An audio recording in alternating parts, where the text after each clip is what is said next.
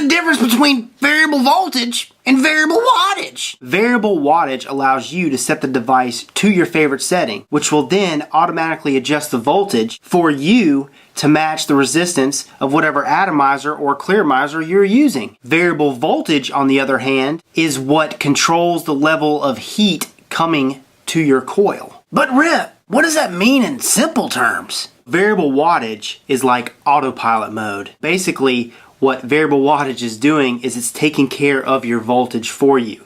So whatever wattage you set it to, it's going to go ahead and automatically adjust the voltage for you. Whereas variable voltage mode is like manual mode. You have to keep manually adjusting the voltage as the resistance of that build or whatever you're using goes up. For example, let's just say I'm using a variable voltage, variable wattage device, like something like a Sigelli Z-Max. I've got a Nautilus tank on here, or a Pro tank, doesn't matter. Let's just say the stock coil that came with it is a 1.8 ohm coil. I got it set in variable voltage mode. I'm vaping on it. A couple days goes by. The resistance goes up. Let's say it jumps up to 2 ohms.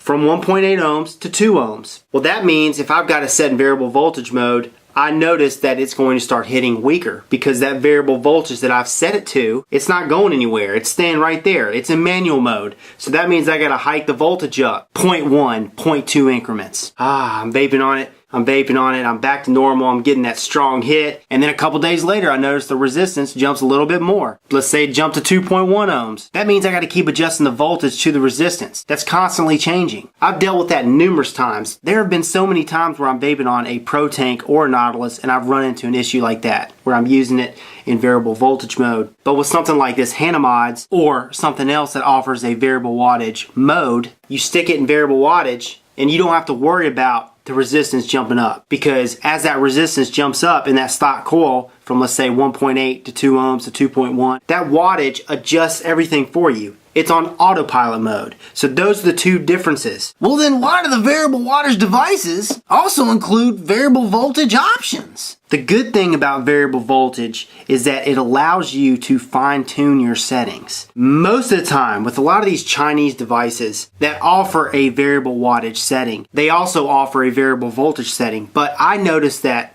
with those products, the variable wattage setting isn't the most accurate.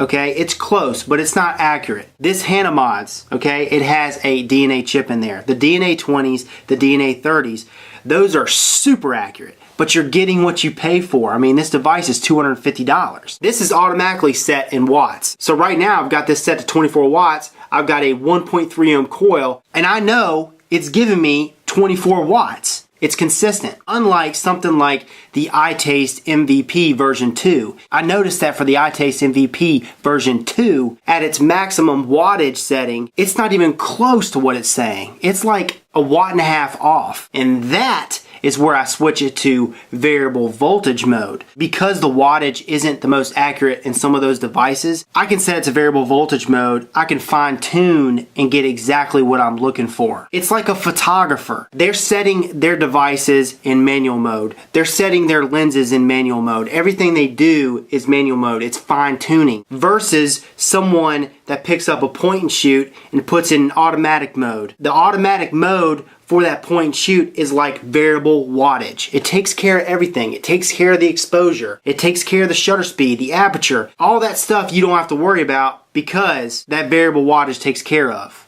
Okay, that's automatic mode. That's autopilot. Variable voltage, manual mode. You have to take care of all those details, but you can fine tune it to whichever juice or coil you're using at that time. Make sense? So those are the differences between variable voltage mode and variable wattage mode. I hope that helps. This is Rip Trippers, and remember, smoking is dead, vaping is the future, and the future is now.